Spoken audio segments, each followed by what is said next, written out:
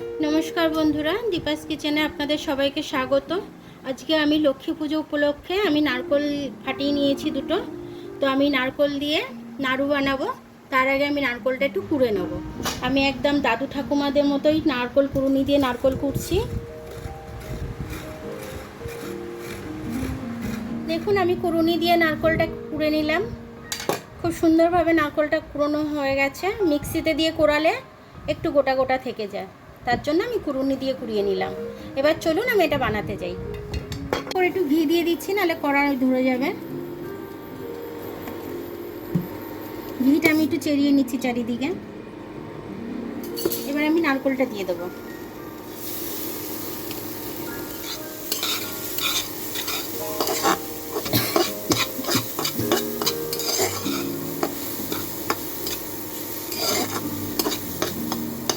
এবার আমি চিনিটা দিয়ে দিচ্ছি। নারকোলটা একটু ভাজা হয়ে গেছে আমার।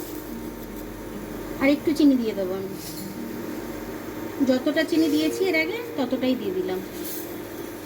এবারে আমি এটাকে নেড়ে ভালো করে মিশিয়ে নিচ্ছি।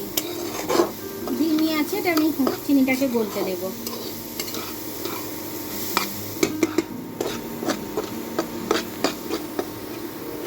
দেখুন, নেড়ে এরকম হয়ে গেছে।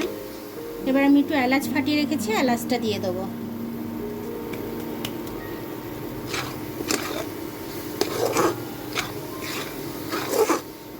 দেখুন, আমার এটা হয়ে গেছে ভালোভাবে। এবার আমি এটাকে নামিয়ে নেব।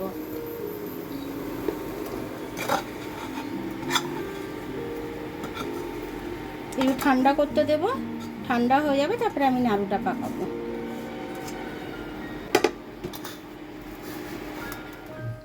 দেখুন বন্ধুরা, আমার লক্ষ্মী পুজোর নাড়ুটা হয়ে গেল, নারকোল নাড়ুটা। তো আমার নারকোল নাড়ুটা দেখুন, এরকমভাবে আপনারাও বানিয়ে নেবেন।